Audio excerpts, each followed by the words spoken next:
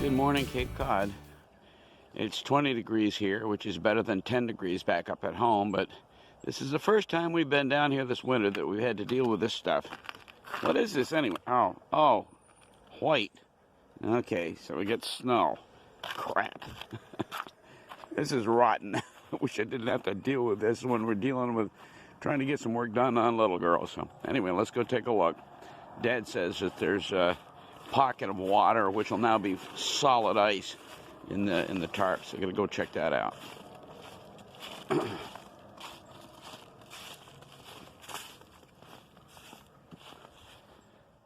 that's not good.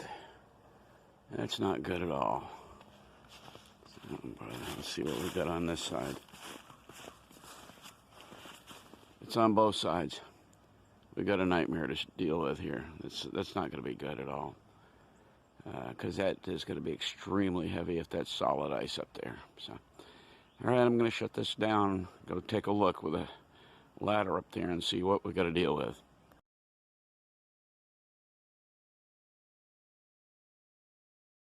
We're back aboard.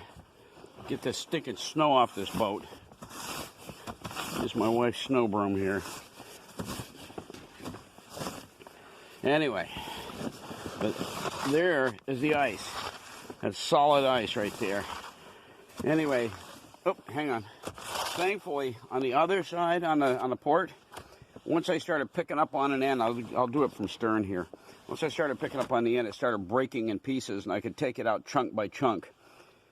Freezes your hands off, but at least it'll all get out of here, and I can get the rest of the tarp off the boat. At long last, I can get in. Sick of this. I'll rip my good heavy jeans getting up the ladder. Oh well.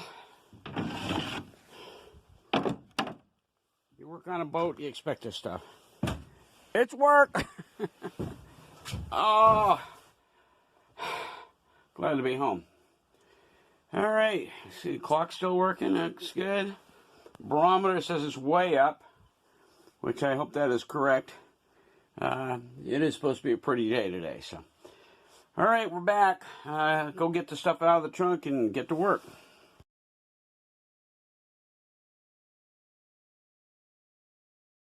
We are all set up. Got the electricity run out to the boat. Tools are up here. Shelves are up here. And it's already jumped from 20 degrees when I got up at 5 to 37 now. I don't even think we're going to put the heater on the boat. We're just going to enjoy a little natural light plus a drop light, and we're good to go. So we're going to get underway and see what we can do with these shelves that I cut while I was up in Vermont. Well, so far so good. Here's starboard. And the only thing I missed is right there, that notch. I had it a little too far aft. And I'm just going to open that notch up a little bit so that the cord can go through. And that thing's going to lay perfectly flush. It's going to be excellent. Okay, so that's starboard. Over to port. Let's move the light. Okay, move the light.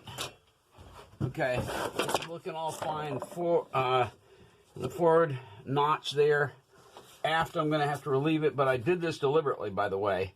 I left these notches small so I could open them up to where I needed them in order to fit precisely around the uprights. So that's my next thing. I've got to take and get out my files and my sandpaper and get that custom fit so everything just slides right into place. But other than that, the fit's really good. Well, I've already marked this. I'm using a rat tail file and just going to open this up. I think I can push push the thing far enough. I think I may have to use the other one. I got a much heavier file. I may have to use that. But anyway, I think I can probably push the coax far enough aft to where this is going to work anyway. But let me grab my heavier file. Yep, that'll work. Okay. And I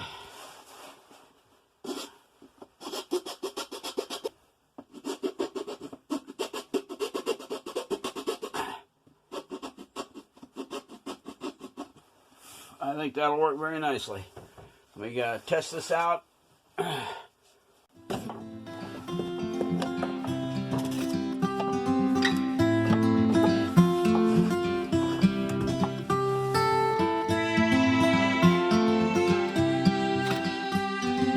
fitting this, and the forward corner is actually looking pretty good. I probably got to take this in some more so that it lays further back into the outside of the hull. This one is really out there, and I gotta relieve that corner considerably. So I've got this old triangle rasp. I'll tell you what, this thing is awesome. Really does a bang up job. I've had this thing forever. A long time ago, I got these from somewhere. I don't even remember where. And I put handles on all of them, on all my rasps. So it makes it very convenient to handle them. But in trying to do something like this and relieve corners and fit things, it pays to stop and check. You can go too far, and once you've gone too far, it's too far, and you can't put the material back. But anyway, right now I'm using a rat tail file, which I love this old thing. Again, I put handles on all these, and I got an old rat tail file and a triangle rasp. But anyway, we'll go ahead and give this a try again, and we'll get right back to you.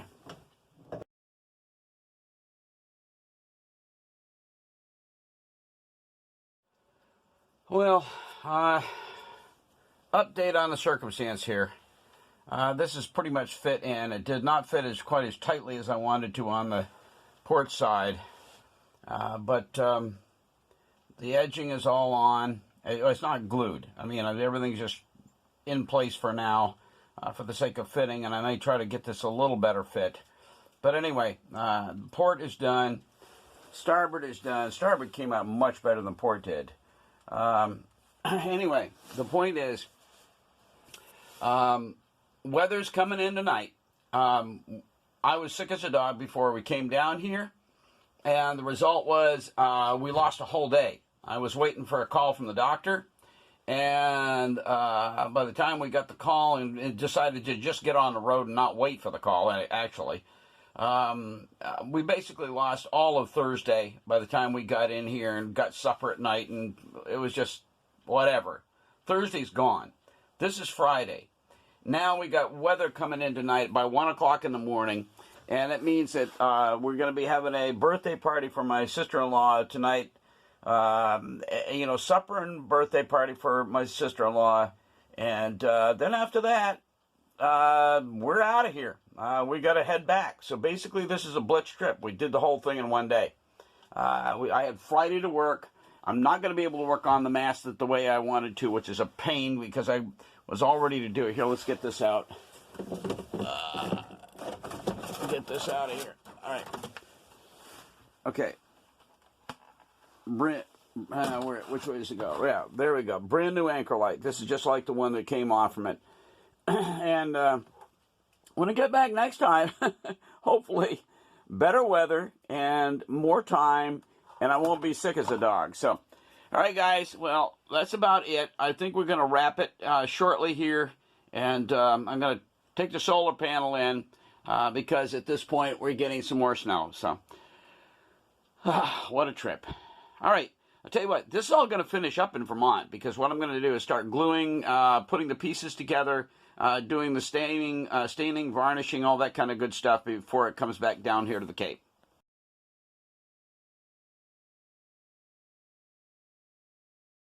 All right, guys, introducing a new topic here. We're up under the fore-peak. What you see there are the reinforcements for all the stuff above. You got a cleat there. You got the those extra pads are underneath the bow pulpit. But the deal is, the deck is mushy, and I hate to say it, my intention is to go ahead and pull all that stuff out of there. Okay, take all the deck hardware, including the bow pulpit, everything off, and then my solution here to mushy And by the way, this is 3/8. I pulled some out. You can't see it here now. I'm trying to remember where I pulled it out. I think it was over here, over to starboard. Anyway, I pulled some of the old coring out, and it is traditional for that day and time. The hull itself, the outer hull, is all solid hull, but the decks, especially this foredeck, is cored with 3/8" balsa, and I want to get it all out of here. At some point, let me see if I can see where it starts right here. Okay, right over here. At some point, somebody started to cut right there, which I think is, probably that close to the front of the cabin top. I don't think is necessary. But all this that you walk on out here, what I had planned to do, and I wanted some opinions, guys. What I'd planned to do is take my my rotor tool and take and cut a 6-inch swath right out of this bottom fiberglass. After all the hardware, all that stuff is removed, a 6-inch swath right up the center. Take that down and rake out all that rotted coring going port and starboard, and then replace it all with some either synthetic coring or 3/8" marine plywood. Slide it back up in there and into 2 pieces. Anyway, ultimately, after everything is done, glass over everything once it's up there and in place. Obviously, everything, the balsa, or no, well, whatever coring I use, that's all going to have to be put up in there and epoxied into place to begin with, and then epoxy up the 6-inch swath that I've cut all the way up to the fore-peak. I'll tell you what. Here's the problem, and don't get dizzy here. I'm upside down as I'm showing this. By the way, okay, I'm going to turn around and watch this. Here's your problem. That is in the way. That is a bulkhead right there, and this is all the space I've got. It's about 17 inches across the top of the V, and I think it's only about 12 inches from the bottom of this V up to the deck at the max. And I'll tell you what, cutting, when that's all the space you got to work with, going up that far, that's almost beyond my arm reach. That's the problem. So, ideas. Anybody got ideas? I'm running out of time. Here I am, end of February. Actually, this is 1st of March. I want to get this done before she launches sometime around August. But boy, obviously you can't do it now. I could do all the cutting now. I could get all the stuff raked out of there now. But I guarantee that balsa is rotted all the pieces all the way to the fore-peak, all the way up to the bow. So anyway, throwing that at you guys, especially on the Seafarer website. Give me your input as to my idea. I do not want to cut the original textured decking that is up there. I don't want to cut that. I'll tell you what, you cut into that and you got a nightmare putting it all back and making it blended in and looking right. So I just don't want to lose that. That's original stuff, and I don't want to lose it. So, all right, guys, that's my my little extra project coming up. Let's put it that way. So we'll throw that at you, and have a great day.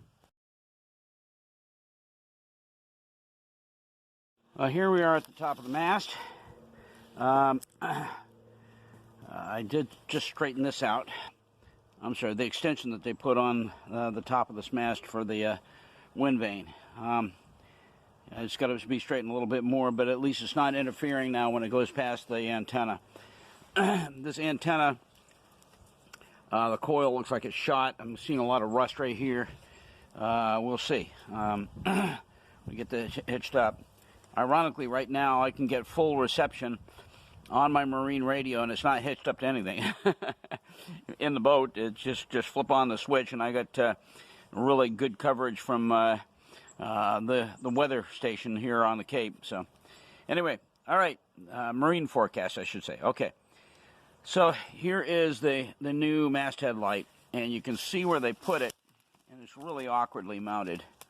It's got 2 screws, which means that you got to hold on to the nut underneath here while you, maybe, I don't know, one way or the other. Either put the screw up through or put it down through. But if you do, it means you got to hold on to that nut underneath to mount that.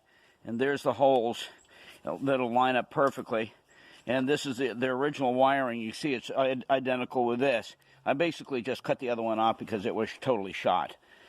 Here's ground. Huh.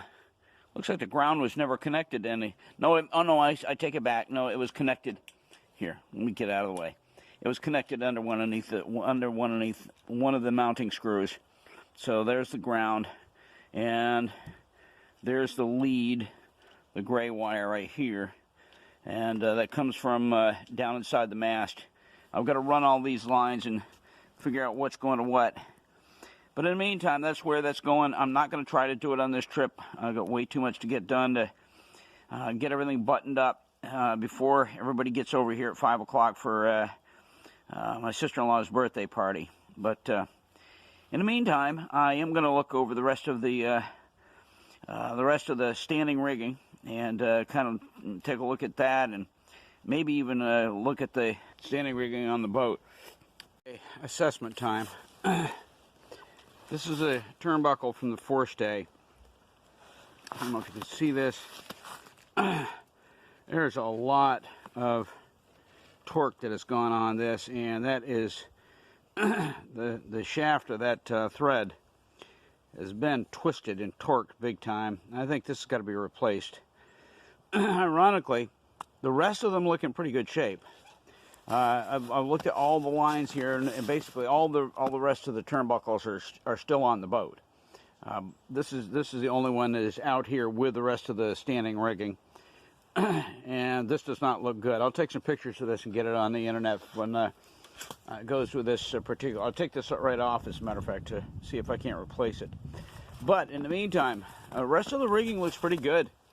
I mean, this is the heavier. When my brother saw this standing rigging, he couldn't believe how heavy it was. His is not that heavy. This is much heavier stuff than he's got on his 72 S2. Anyway, I think our standing rigging is probably going to be fine. I've looked at the connections and it all looks pretty good. Let's go down here and we'll look at these. This is port turnbuckles. Very different story. These have not been torqued. These look in pretty good shape. By the way, they still turn freely no matter what. Very nice. I mean, they're got some tarnish on them, some green tarnish, but other than that, these have not been torqued or twisted at all. They're in pretty good condition. The other thing I've checked, I find zero indication that water has gotten down into this, where these chain plates go down inside the hull. I have no idea how they did that, but I mean, both port and starboard, they are solid as a rock. And I've looked on the inside where those chain plates come down through.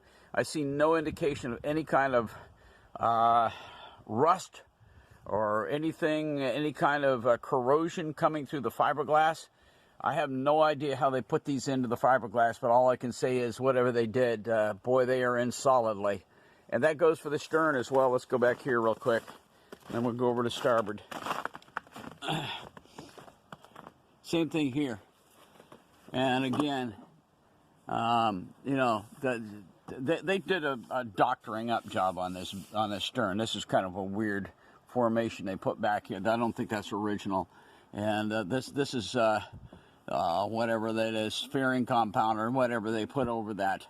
Anyway, we'll check it out and look at it very carefully. Also, to starboard, get over here. I'm going to get this tarp all back on before too long. Okay, these are also in very good condition. There's no indication that they've ever been twisted or torqued, and like I said, I see no indication that there's there's a problem with how these chain plates go down into the hull. Everything seems really good and solid. So, all right, that's it for now. I definitely am going to take that forestay turnbuckle off and take it home and do some research to see if I was probably have to replace it with modern stuff. The good news is that the ends on the well, both the shrouds and the stays fore and aft, I think are pretty much standard. This is what they all look like right here, and it's all stainless, all swedged on or whatever they call it. So, all right. I think that's it for now. We're going to call it quits for this trip on the mast, guys. Time to button her up. Don't have any more time left on this trip, so we'll let that stand. Probably do some more work on the shells when we get back up to Vermont, but for this trip, thanks for stopping by Restoring Little Girl, and hope you come again. And we'll keep you posted as good stuff gets happening for finally getting this boat in the water, hopefully by, let's say, August for this coming summer. All right, thanks, guys. We'll see you on the next trip.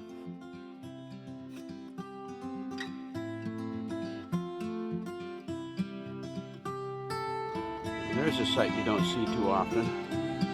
Poor seagulls hunkered down in the snow instead of the sand. But, here we are at Craigville Beach on Cape Cod. Gloomy day, but at least it's not snowing. It quit snowing.